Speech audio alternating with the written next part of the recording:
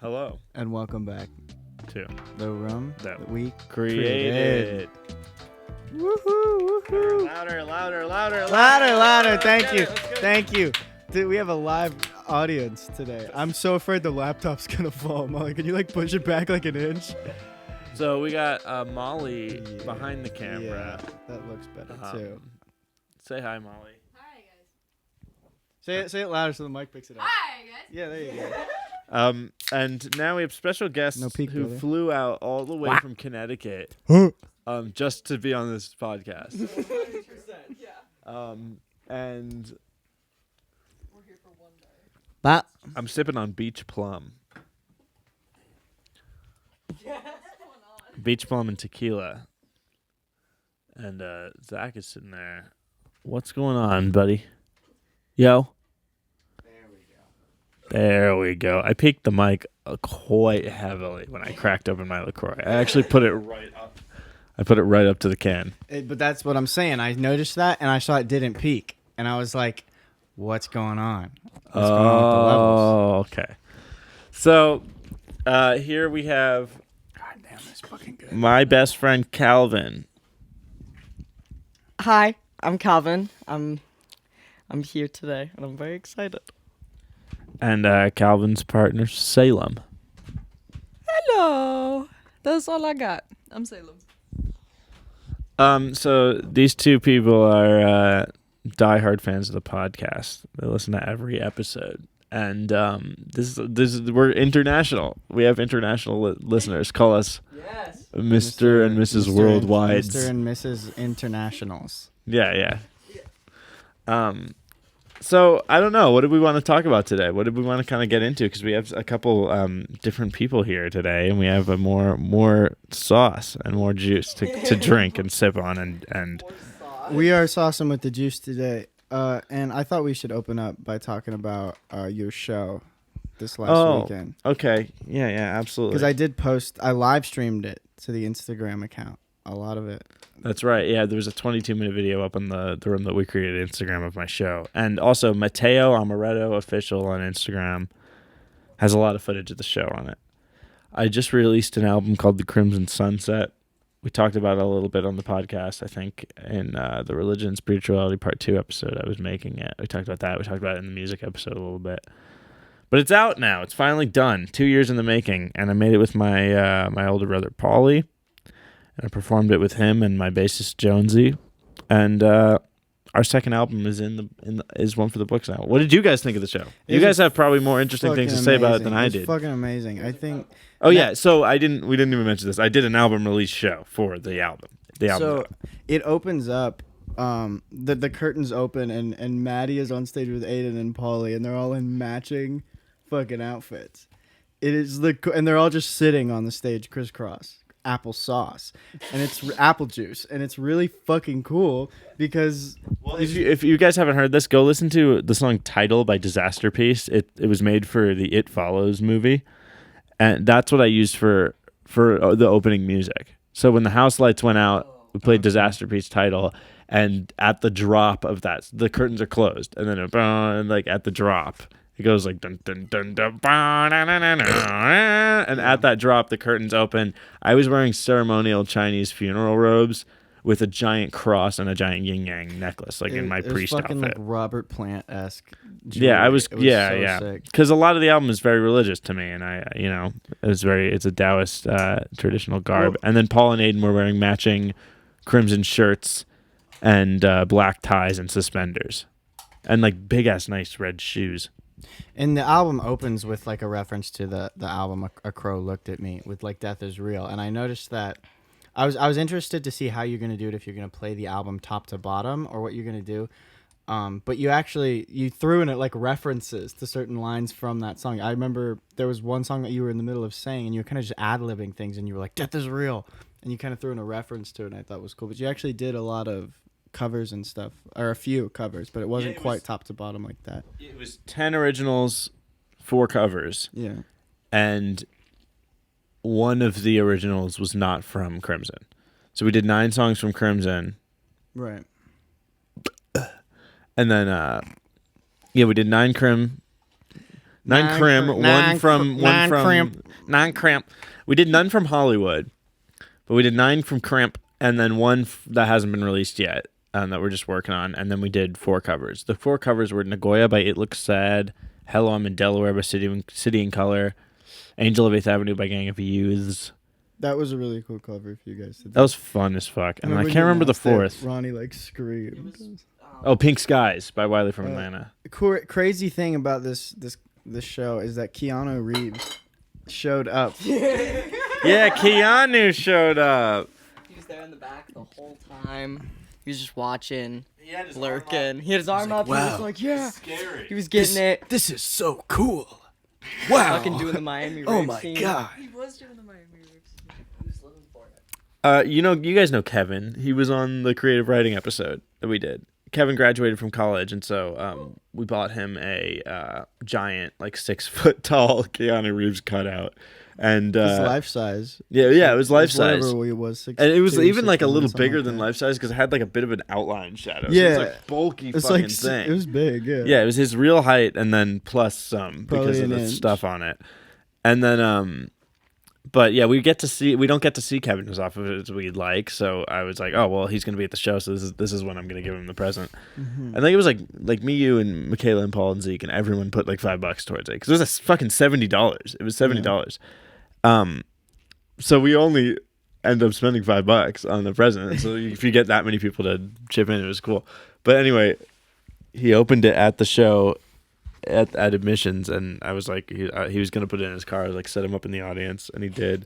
And there were way more people there than I thought there were gonna be. Admissions were $5, and we made $300 at doors. It was a good sized crowd. It was a good sized crowd. So Keanu wasn't like he was in the back, and he scared the fuck out of me while I was performing because all I saw was this like red light, this giant dude just not moving at all. Like with his hand up. I have these pictures of him that I took on accident, but it's like a optical illusion where his hand looks so fucking small, and another one where it looks huge, and I'll throw that up on the screen right now because it's fucking hilarious. What do you guys talk a little bit, Calvin? About the show? Just about anything. The show. Talk about how was your you got here from Connecticut. Yeah, how was your experience in Maynardville been? Calvin was raised in Maynardville. Yeah, I was born and raised here. Born near-ish. Near But on Staff Mountain I was born, I suppose. Yeah. But and we became best friends about a year before you moved to Connecticut. Yes. Not even a year. Like 4 months before I moved is when we really started to bond. When did you move?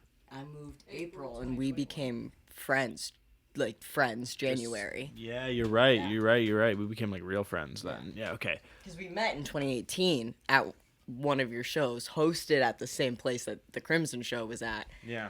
And then we became best friends. Okay. So what was it like returning home and basking in the what was it like showing your partner who has no reference to what Maynardville is like besides you? What was it like introducing them to all this shit? Okay. So, can I hold it? Yeah. How far away do I hold it? That's probably Just good. comfortable. Okay. Just be comfortable with it. So, Salem is born and raised from Connecticut, and I live there now, and I met them, and, it's dope, but, man, Connecticut's tough. It's a tough city to live in. State to live in. And everywhere we go, Salem was like, this happened there, and this happened there, and I did this here, and people live there. And doing that out here has been just so much fun. Like, I get to just drive around the place that I've lived most of my life and just be like, hey, over there, I once saw a man get shot. Like, true Maynardville thing. Yeah, the difference. But dude, over there, I watched a woman go through the Taco Bell drive-thru and pistol whip a dude. The trans woman there. Yeah, I know. There's 4 trans people in Maynardville, and one of them pistol whipped a dude at the top. Oh, I said the name of the town, Taco Bell. Yeah. We live in and everyone here is from fucking but everyone here is like today. My address is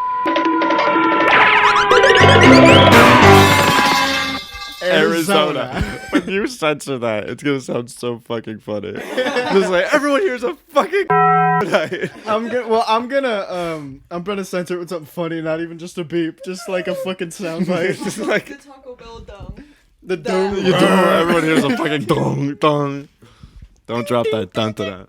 Oh my god. But yeah, it's been amazing, you know. I got to meet new people out here and I got to see everyone I love. I got to spend time with my brother, and then I got to show Salem a real river. I've been to a real river before. The LA River doesn't count. The LA River. Okay, so Kalvin is the one that I went to. I think I talked about my LA trip on this pod once or twice. Yeah, did I? I did. Okay, yeah, you would know better than I do, 'cause How you went fucking to listen every the episode. wrong drive.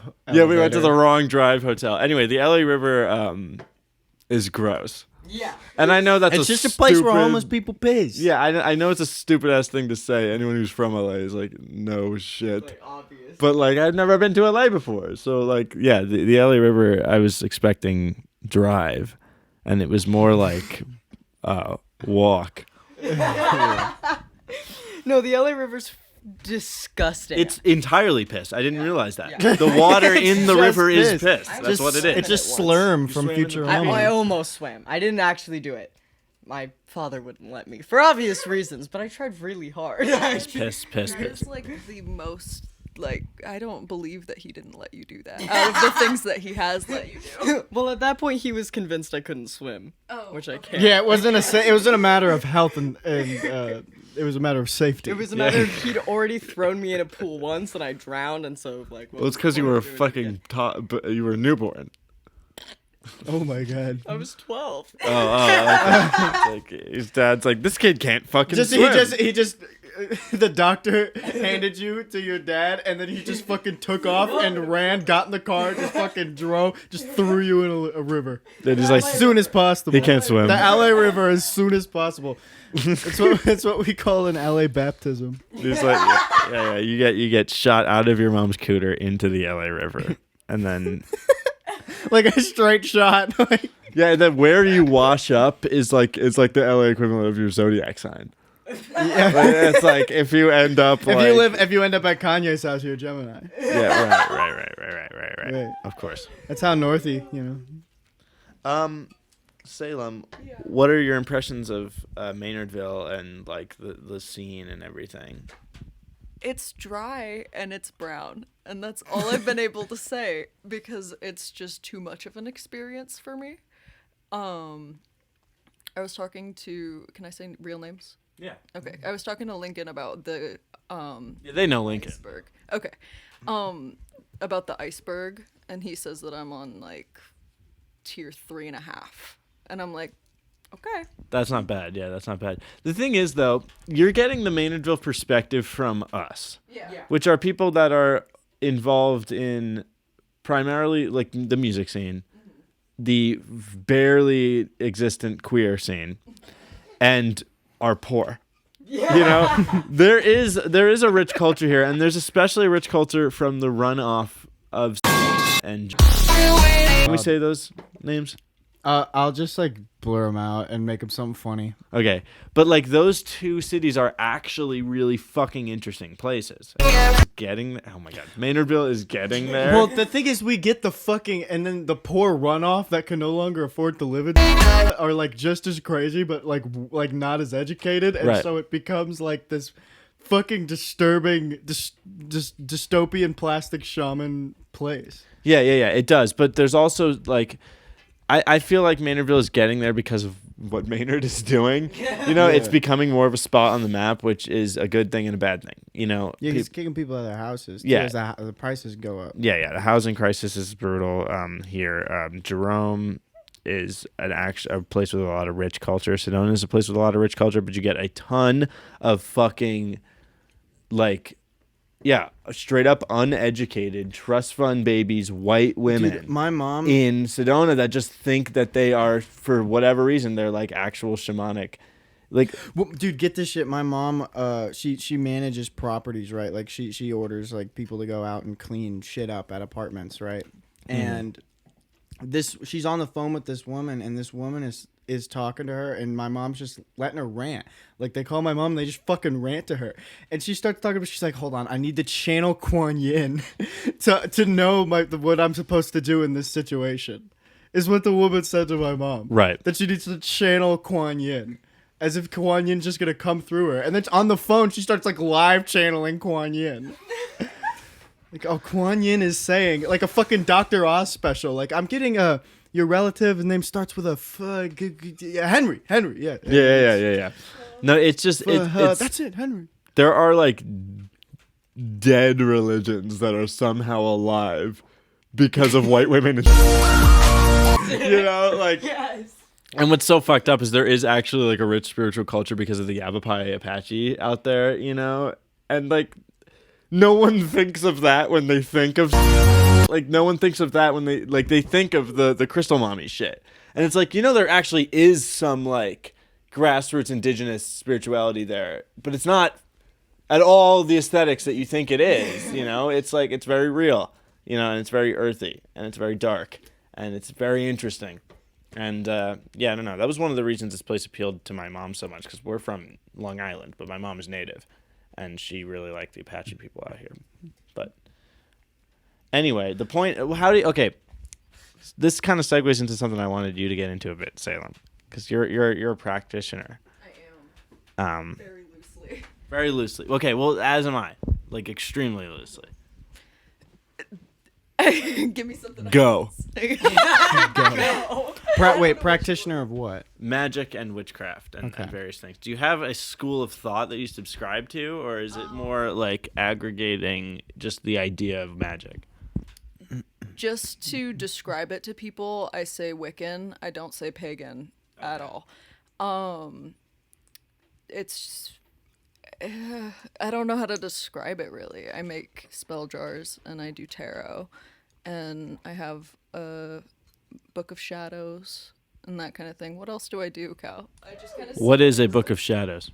It is a book where you write down all of your magic and all of your experiences with magic, and it's a very private thing. You don't show it off to people.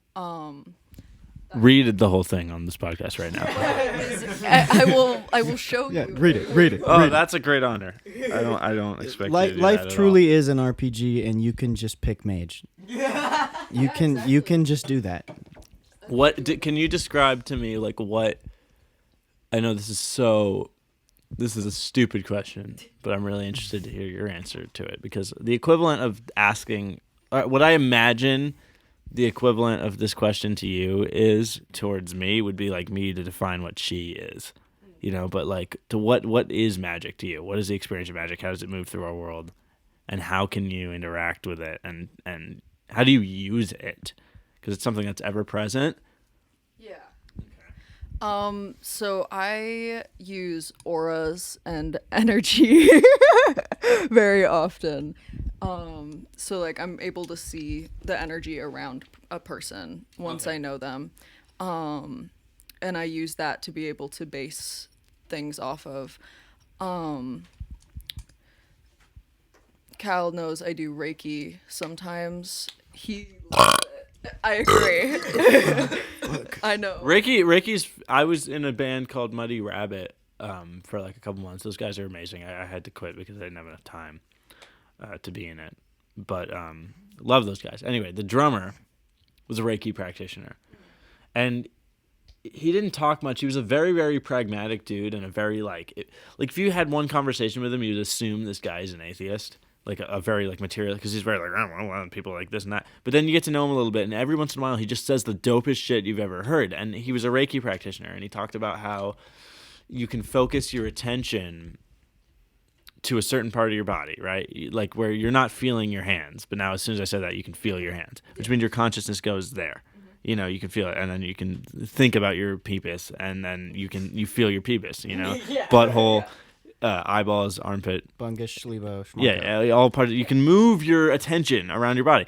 It says doing Reiki and astral work and stuff like that is basically like, can you extend your consciousness all the way to like your fingertips, and then it goes out even further, to now where you're over there. The thing you know, with- and that's the yeah. thing that I imagine magic is like. It's like focusing your attention and using certain symbology and smells and sounds and colors and all the things. Is like spellcraft is just manipulating imagery and words and consciousness and your attention to change another person's consciousness or to change the material world in some way, you know, which at bare minimum definitely exists, at least psychologically, because that's what fucking talking is.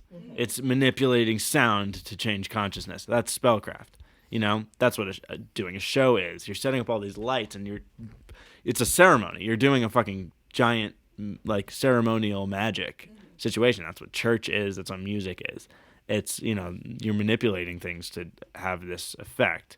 And do you think that magic extends beyond, you know, the change in consciousness that it has on another person that witnesses the spell?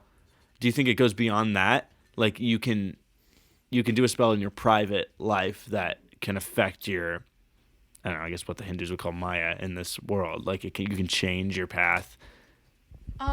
Somewhat. We had an experience around Christmas time that I had to do some magic to make sure that we would be protected.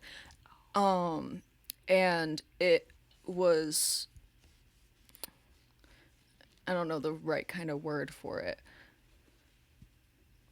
Other than protecting us, just kind of making sure that no energy sent towards us was able to get into even close to our aura and our energy around us. So I just made us little spell jars that we wore as necklaces while we had to experience what we experienced, and then made them to protect your house and stuff like that. And I was able to, the person we were experiencing was far away at that point, and I was able to, like, cast away his energy from there, kind of thing. And It worked great. it did. Damn. But with the focusing your energy into certain types or certain parts of your body kind of thing, I always kind of do that with my hands. I have a fun little thing where when I'm really cold or I'm really hot, I can take a warm part of my body, like my chest, and I can focus that heat into my hands that are really cold.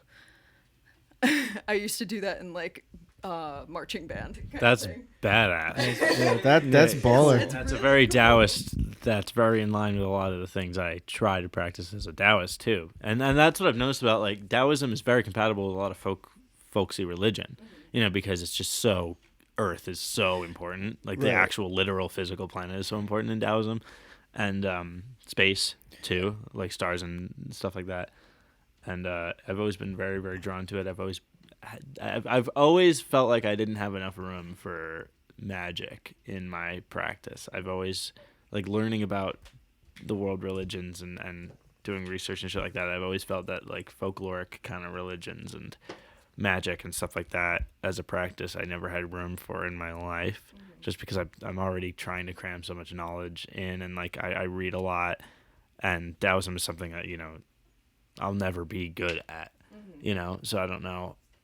But it intrigues me a lot. I think it's beautiful. And I think as a performer, that's a form of ceremonial magic, you know, like, certainly. And I've always wondered if I were to get into the more magical elements of Taoism, that it would improve my shows a lot, you know, because I'd be doing this, like, because I pray with my band every time I perform. Like, you know, when me and Jonesy and Paulie, before we got on stage, we sat down and prayed, you know, and I feel like it helps. It helps a lot.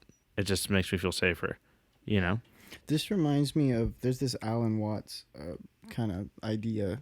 I don't know if it's really his idea, but I've heard him talk about it, where a lot of anxiety stems from not being able to discern whether you're doing things or things are, like, just happening to you.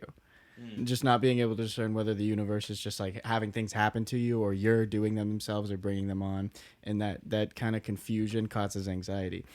And he was like, well, think about breathing. If if you think about your breathing, you're doing the breathing. But if you stop thinking about the breathing, you're still breathing subconsciously. So it's both. It's both. And you can shift your attention to that. And that's why the idea in a lot of these practices that breath is a big key to these things. It's because breath can be a reminder that you are the universe and the universe is within you, and that you don't think of the apples as separate from the apple tree. It's in their systematic nature to be linked. Yeah, no, that's based. That is based. Like, that's based. This is me. But damn, that's kind of fucking crazy about the Reiki thing, because I don't even know if I've talked about this, but my mom is before COVID she's a Reiki master. That's what she did. That's how she made her living. But she worked over in Poland on kids with cancer for like 10 years, I think. That's so cool. Yeah. And your mom is also like a 10. She's a 10, sir. Thanks, man. Your mom is like, Appreciate it. I would Dude. let her.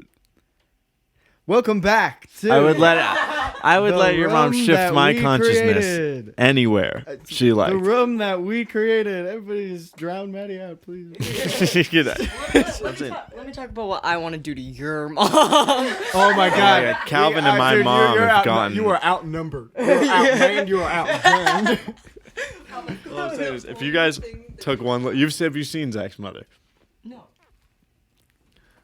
I'm just saying, like, the Reiki, like, she Reiki on. She Reiki's nuts. She Reiki's nuts. Reiki's nut. I'm trying to do a Reiki innuendo thing. It's not really working out. She moved the energy from my balls to the tip of my peener. Who does? Who does? To the. Who? All right, Calvin. Go. Talk about how we met and our story. This is a good story. So, in 2018, the summer, Matti had their first show. I was a wee little lad. I was a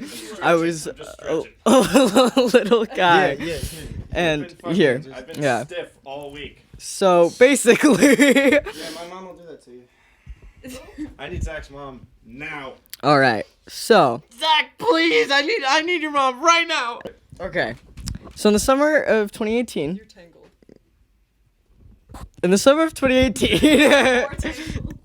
There you go. Matti and I met at their show, and we knew of each other. We knew of each other, and we were, we were mutual acquaintances that had just positive feelings for each other. And then, years later, Matti had another show that I decided to go to, and I went, and Matti was there, and It we was just. Maddie's show. Why wouldn't she be there? Okay, good was point. there. But you were there. But it was great, and then we just started talking. We really started talking, and then every night for like a week after work, Matti would come over and we'd watch just like 4 movies every single night, and we just ate snacks, and then we'd go outside and just talk about it, and then we'd watch the next movie. We did not watch Drive What the until fuck? after That's we so came off back from character. LA together. Yeah. Because we watched Drive for the first time after LA because we were in LA. Yeah, because we were in LA. Yeah, and then we became best friends, and then we went to LA together, and it was literally the best time of my life. What were the movies that we watched? The first Because times that was that we that was like beyond the music because you had been like Yeah. a fan, that was what we connected over. Yeah, that was what connected because I didn't have any like movie friends at the time. Yeah. because it was before I met Zach. It was before I met Lincoln. So you know. I'm pretty sure the first time we ever hung out to watch a movie, I'm like 99% sure we watched The House That Jack Built, and then Yeah, fucking Christ. we started off heavy. Wrong. We watched Yeah, The House That Jack that's Built. like fucking. Oh my god, that's worse than fucking on the first date. Oh yeah. Like it's like your first time hanging out with a friend. You watch The House That Jack Built. Yeah, we watched The House That Jack Built, and then I showed you, I want to say My Own Private Idaho That's a great. Yeah. was the first night, because then No, later. we watched. This is what's so horrible. We watched the house that Jack built and Mysterious Skin in the same Yes, night. that was it. In the And same then, night. And if you guys don't know, ow. Kalvin. So I showed Kalvin the house that Jack built, and Kalvin showed me Mysterious Skin. And our both beliefs about movies is that Kalvin believes that the house that Jack built is the most disturbing movie you've ever seen. Is that true? No. Oh, okay. Yeah. Because I remember At the time, yeah, it was. Yeah, At the because I time, it remember absolutely was. I showed Kalvin, I was like, "Isn't that great?" And Calvin's like, "That was fucking brilliant," but that was the worst thing I've ever seen. Like, it was so disturbing. And I felt the same way about Mysterious Skin. Yeah. Because we were both desensitized to these two movies, respectively, that. Like showing it to another person made us like realize how How the movies fucking actually horrible were. it was. Because I had seen the House of Jack built. Maybe I watch it like once a year. Yeah, me too. Oh fuck! But I can't watch Mysterious Skin. Yeah, I Again. don't blame you. Like, I would never make you do that ever again. Because the thing about the House of Jack built, if you can fucking stomach just extreme if you have ever been alive, you probably have a trigger. That's like in this movie, in one of these movies. The thing about the House of Jack built that makes it bearable for me is that there's a supernatural element to it. Yeah. That Yeah. allows me to third person the whole thing and just judge, and it's also like I've never really interacted with any serial killers in my life. Yeah. You know what I mean? Like it's not like Sure. well, not that I know of. Not that I know of. But Mysterious Skin hits a little closer. Jesus Oh my Ali, God, you're it's the right. close. Yeah, He it's was just the a- serial But my killer. point is, there's nothing in that movie that affects me Yeah. in my story. I can watch it, although it's fucking horrible. Yeah. But Mysterious Skin. And here's the thing with Mysterious Skin is that it takes that supernatural sci-fi element and turns it into a coping mechanism that you Yeah. then have to connect with, because being at such a low point that you start imagining aliens is something that kind of has happened to all of us at one point or another. So Mysterious Skin, like, trigger warning right now. I'm gonna give a brief synopsis. How have you not seen either of these Well, movies? that's the thing. 'Cause I don't know because I'm around people like Maddie, and I've heard these movies time and time again, but I have not seen. They're House of Jack built is like a phenomenal. deep meditation on evil, and it's also a giant metaphor for like becoming a toxic artist that fetishizes suffering for art. Okay, You know? isn't there just like a giant house made of bodies too? yeah, That that's is the briefly. end. There's a that you house built. made of bodies. Yeah. That's what I figured. Yeah. But in Mysterious Skin, it's about two kids that were a trigger warning. Two kids that were M-worded or R-worded as well. Or All I of don't the know. above. They were touched by their Baseball coach. Baseball coach. And it follows the two kids in adult life, and one of them is completely aware of what happened to him, and is now Becomes a prostitute. and like does drugs, and is just kind of like he's just rough, and he tries to deal with it as best he can. The other kid lives a completely comfortable like suburban life and has no idea that this happened to him. He thinks he was abducted by aliens, and he just zeroed in, and the two of them cross paths, and it's about like the tagline of the movie is one can't remember, one can never forget. Yes, right? exactly. So that's the idea of the film. But the alien element of this kid, you don't really like know that they were touched by their baseball yeah. coach until like halfway through the movie, and so you think there is an actual alien element to the movie. Yeah. And that's kind of your comfort because you're watching a lot of disturbing shit before you even know what's really going on because of just the trauma that this guy's witnessing as a prostitute. It's just a rough it's movie. horrible. But then the one like element that's interesting enough for you to latch onto as a comfort, the alien thing just gets flipped on its head and it's not Yep. even fucking real. Yeah, And, like- it's a coping mechanism. Yeah. Oh god, that movie's fucked. Yeah, And that it movie's just- hard to watch. It shows things. Yeah. yeah. It's bad. Like that movie. But it's a brilliant movie. And it has Joseph Gordon-Levitt in it. Yeah, I'm young in ass love Joseph with that Gordon-Levitt. man. Yeah, he's my favorite actor of all time. I have fucking seen like bits of this actually. I have heard of this movie. Every once in a while I find little clips of it on TikTok. That's what I've Oh, fucking my seen. dad was able to find it, so we have it down now. So we can watch it again. It's a good film. It's a great film. I don't think I can watch it again. I would never ask you to. When I show my kids I might. the movie. He's gonna Justin his kids. It's gonna be bad. Yeah, but How old are you thinking before they can watch it? Like 6, 7? 13. well, my dad decided that 3 years old was old enough to watch Repo Man: The Genetic Opera. So Yeah, but Repo Man, I still believe that Repo Man's not that bad. You're just wrong. Sit down again. You believe that Repo Man is so bad because you were shown it when you were 3 years old. Yeah. Yeah, that'll do it to a kid. Yeah, well, that'll do it. That'll do it. Like, watching somebody sing about his face getting torn off is, like, not the most, like, bedtime story for a Dude, little when I was guy. 3, I was scared as fucking Crashbox skit. Yeah. So that You would, what? You were what? there was like this one like Crashbox. No, it wasn't a Crashbox skit. I don't know. Maybe it was. What is Crashbox? Whoa, dude, Crashbox.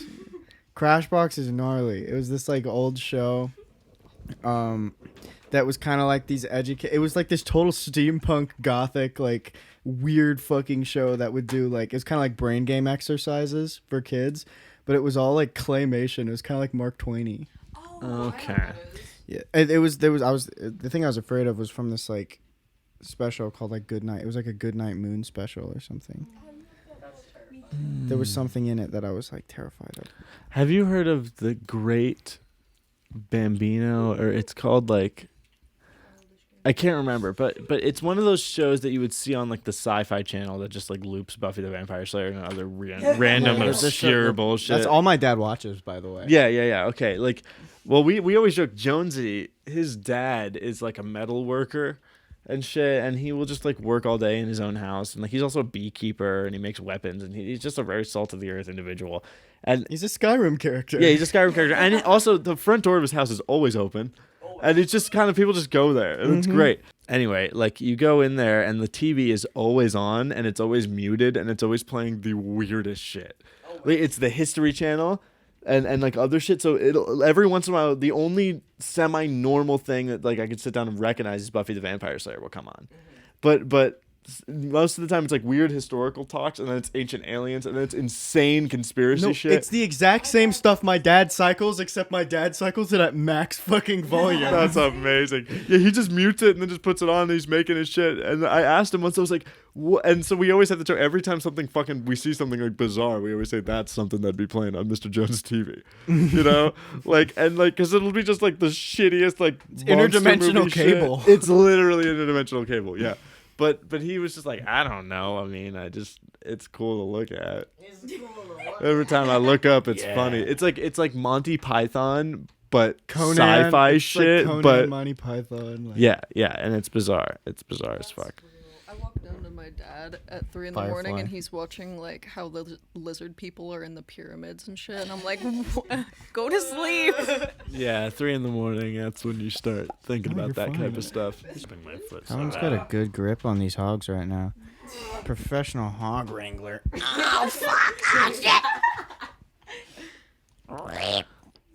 So,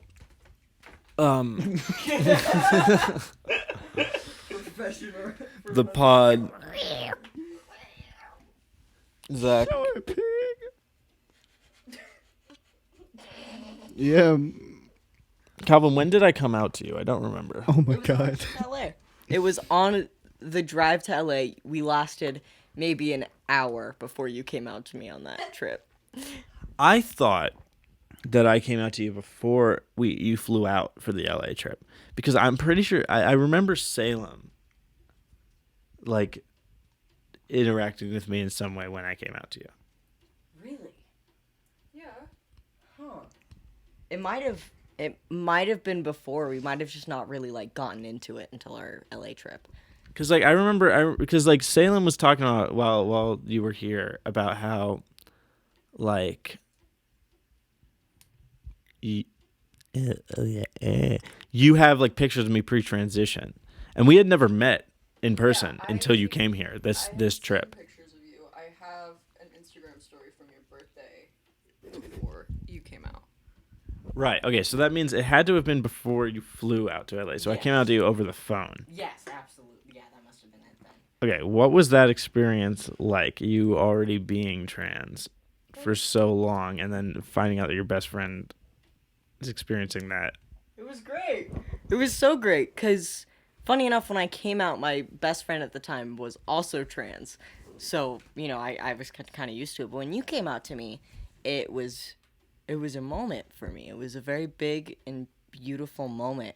and all I could feel in my heart was like pride and love and just like this admiration because coming out is hard. And it's not. Well, I'm the only reason I'm asking is because I've never had anyone come out to me. Really? Yeah, I've never had anybody come out to me, even as gay. All the people I know that are queer were already out. You know, yeah, they were established. You know, they're old world queer. You know, like Carlo, my roommate. Yeah. Oh yeah. You know, like and Lincoln and everybody. You know, like they were already queer when I met them. And so I've never had the experience of someone like being like, hey, guess what? You know, I'm this. Maddie, hey, guess what? What? I'm trans. I'm a guy. You're also a I'm a lesbian. ch- You are a lesbian. Don't say that. People are gonna believe it. I'm a bisexual trans man. I just needed to pick a struggle and I did it. So you are transphobic because you don't identify as pansexual. What's that like? What? Okay. So because you use the word bisexual instead of pansexual, you are transphobic. So what's that like being a trans and transphobic? It really is such a freeing experience because it means that no other trans people like me. And it also means that like no one can ever hate you as much as you hate yourself. So you're Exactly. bulletproof. Exactly. I'm basically invincible and I can say whatever I want and I can do, but notice that I flip my hat backwards for this.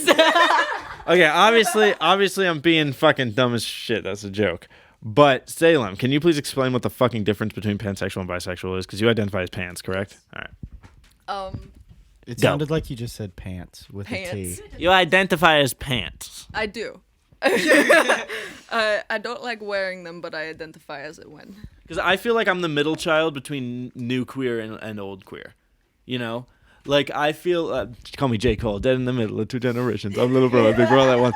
But, like, fucking... Like, Carlo is old queer. You know, he's not fucking old, but, like, he's, like, 90s LA queer. Yeah. You know?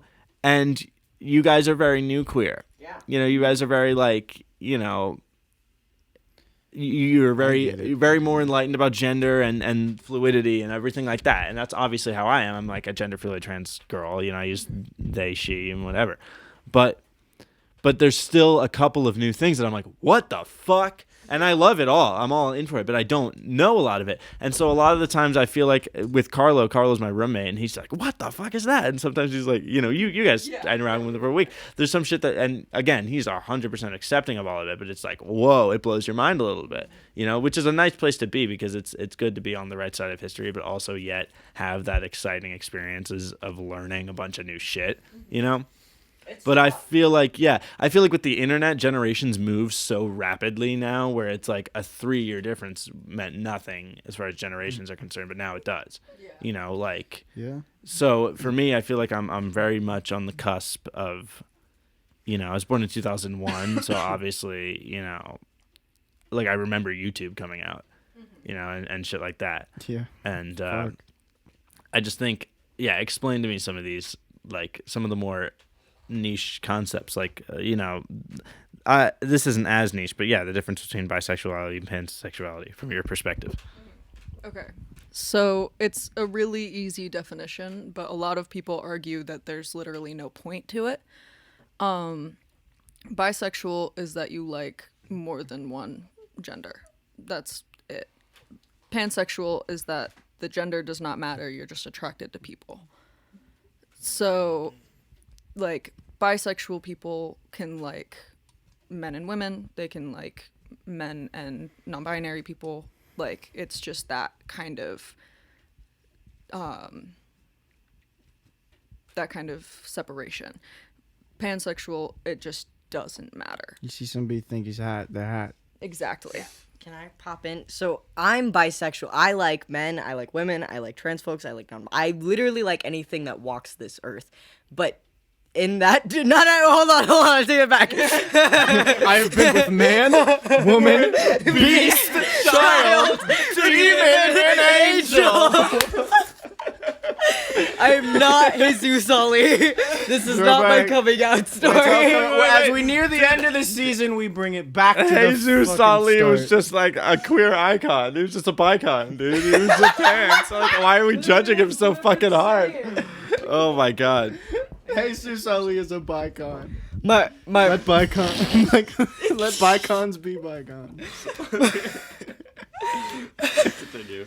my point was I can't even recover. I can't even recover. I like human beings that are above the age of 18. And I'm an adult. Everything is fine. I like adults. I'm looking at you, future Zach, to make a judgment call on whether or not we keep this. 18 years old. Calvin is 18 years old. Mm-hmm. No, you were 16. I was 16. So we were both 16 when Yeah. we met and started dating. See, and then you turned 17. This is totally legal This and is totally totally legal. fine. Anyways, my point is, the difference between me and Salem is that I am not gender blind. Gender matters to me in the sense that if I am dating somebody, their gender is something that I see and I notice and I appreciate and I love. Whereas, well, that's not. I'm what? I'm not gender blind at all. Like, I'm very attracted to women and I'm very attracted to men, Well, but I don't. same. So what is pansexual? I don't even get it. When I go and I'm like, that is a hot person. Mm-hmm.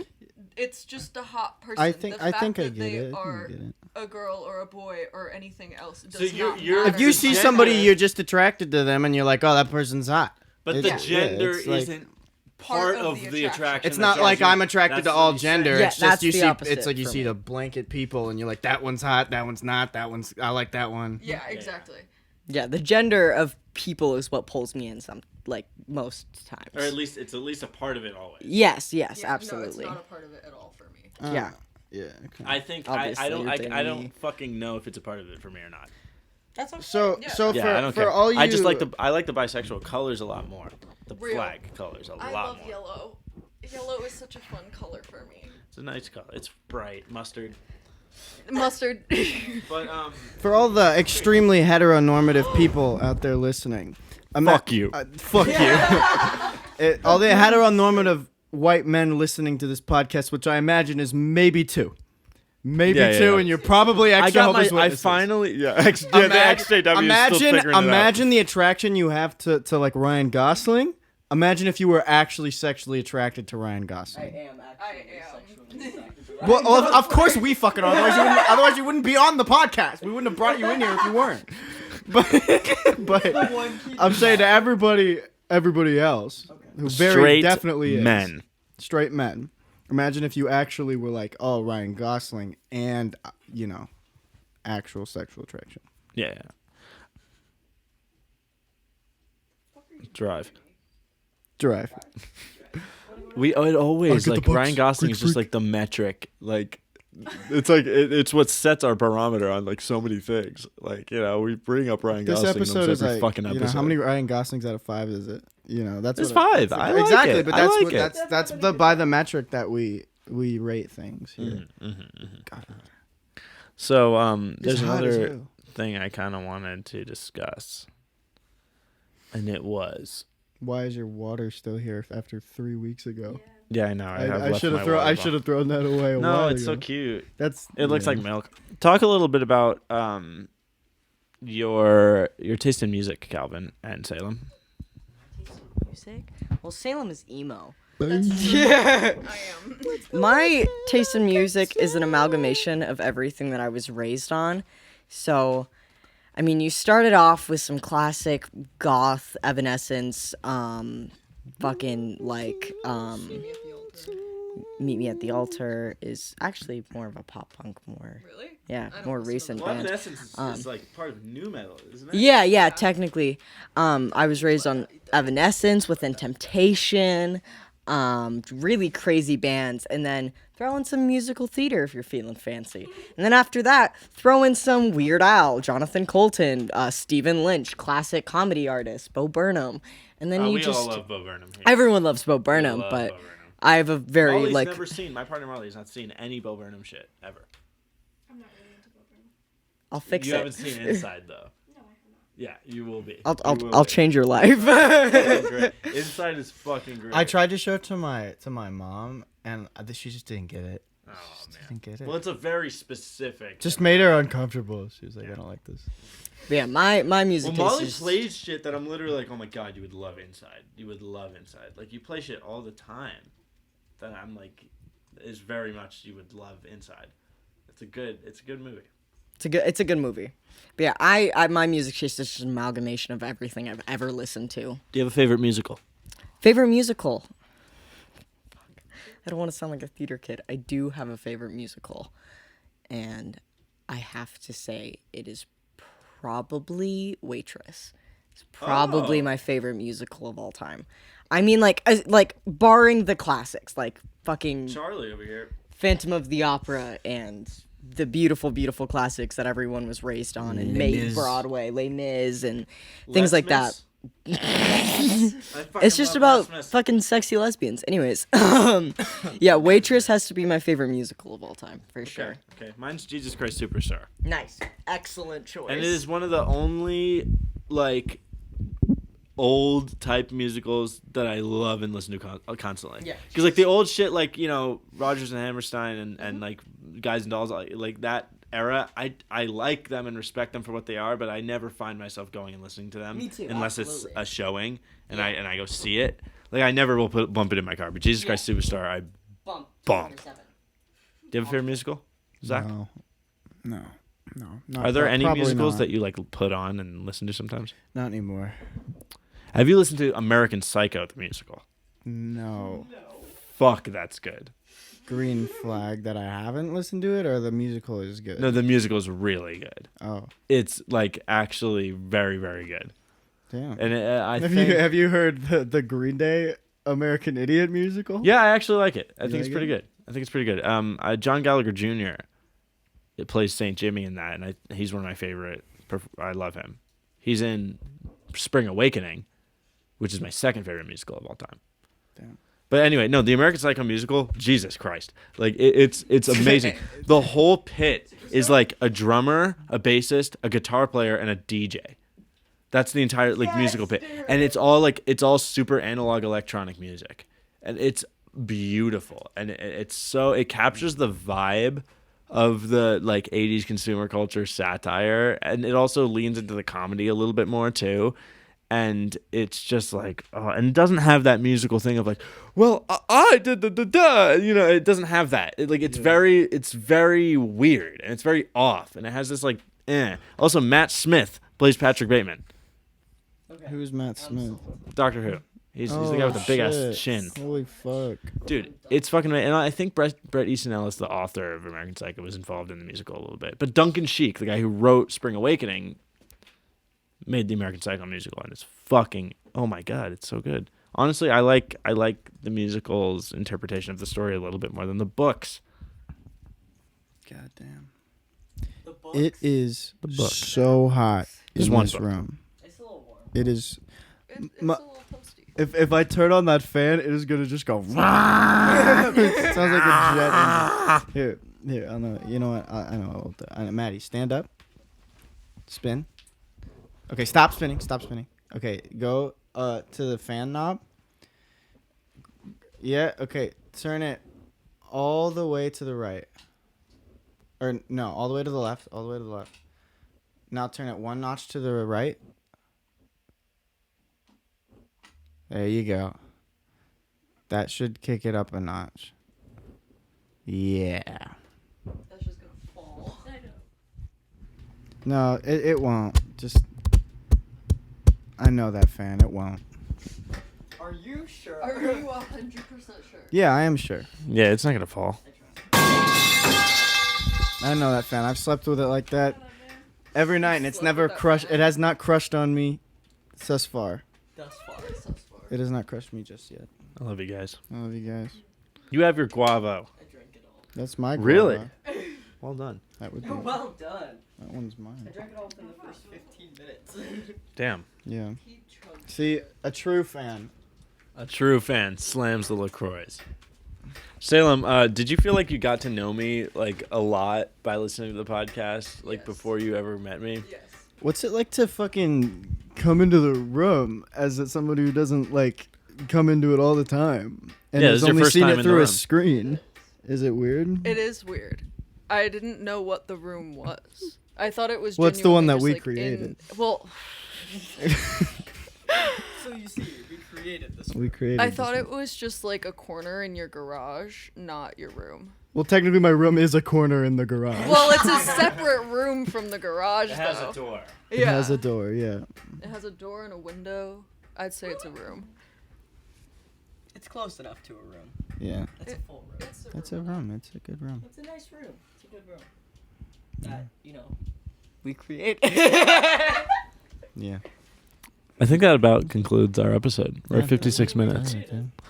I love you guys, and Yeah, thanks for I'm coming flying on. back to Connecticut with Kalvin for a week. Oh my god. I'm staying here. Yeah, Salem's staying with Zach. Yeah. But, We're doing a little swap. yeah, we're just swapping. All right, I love you guys very much, and it's been good. It's been good. Sweet. We'll see you soon. All right. Peace out. Yeah, Molly, what the fuck? Do you wanna? Oh yeah, wait. Yeah, one last shot. It's like a Brockhampton album cover. thumbnail. Yo. Brockhampton, out. Bonk. Waiting every night to finally romanticized you come